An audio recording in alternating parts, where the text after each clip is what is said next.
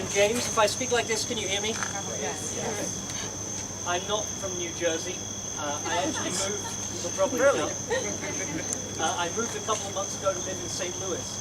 And the place where I live is not so many miles from Ferguson, but in terms of the social world I live in, it might as well be in a different planet. And I guess what I want to say is that this sort of thing doesn't happen to people like me. People who look like me, dress like me, have an accent like mine, right? When I go to the police at night, they don't ask me what I'm doing on the street or start going for their gun. They ask me, how are you doing, sir? You know? They ask me, what can we do to help? This sort of thing doesn't happen to people like me. Now, as a humanist, I believe that every person is equal in moral worth and dignity, but it's clear we don't live in a society which lives up to that value. There are some people whose lives are more valuable than other lives because of the color of their skin, because of who they love, because of their gender expression.